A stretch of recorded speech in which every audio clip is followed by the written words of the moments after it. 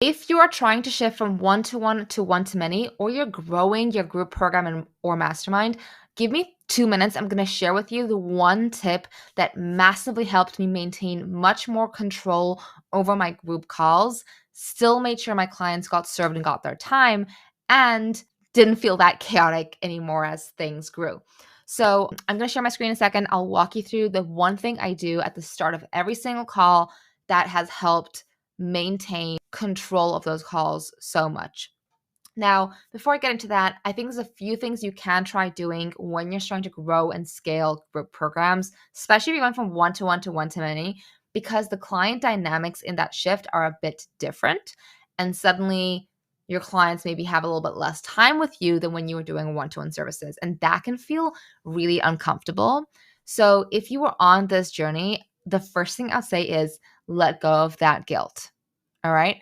If people want to work with you one-to-one and have a lot of that extra time, that's cool. They can pay for it.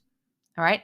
There's a reason you're putting together the group program, and it's not just selfishly for your business model and your profitability or your leverage, the leveraging of your time, but it's also because in a group program or mastermind, if they're done well, your clients not just learn from you, they learn from each other. And if you've curated that group well, if you've done the curriculum, all of the setup and the success path for them well, they're able to be on a similar journey with others and massively fast forward their learning through this collective experimentation everyone's doing. Now, I'm going to go ahead and share my screen and show you what I do with every single call. Okay? This is how we start all of our group calls. I share the screen and I say how to ask your question. My problem is X, my ideal outcome is Y, my question is Z. Now, this is in place for a few strategic reasons, and I'll explain why. Now, personally, I'm not a huge fan of pre-submitting questions. That may be the next phase I move into, but I'm trying to avoid that for as long as possible because I do want more of an organic feel to my calls and to the questions. However, that being said, one, I have ADHD. If someone starts telling me a story and giving me a lot of background and context that I didn't ask for or look for, I find it quite difficult to, in that story, like sift through the information I'm getting, especially when there's more people on the call, to figure out what I actually need from them, to give them the best input, advice, next steps, coaching, whatever, to help that person.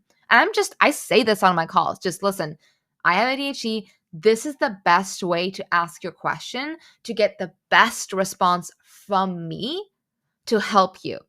So you can change this. You can do this differently. This is what works for me. The thing I would do, however, is have something like this, super simple, have it at the start of every call. Okay. Repetition is great. People need the repetition. It's okay to repeat yourself because you also want to establish expectations. You want to show people this is the best way to do something. Here's how to do it. Are you doing it? No? Great. Here's how to do it. Okay. And we also send this out when someone has the first call with us.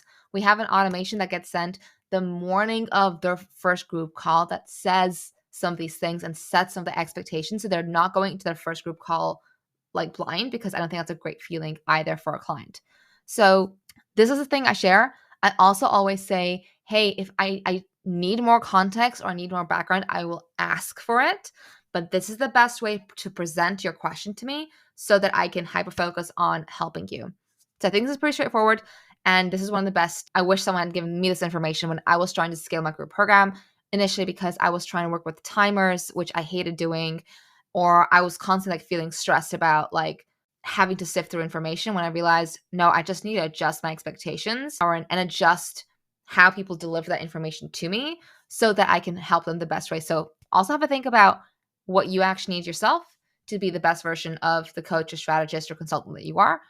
Therefore, what do your clients need to give you, and manage those expectations.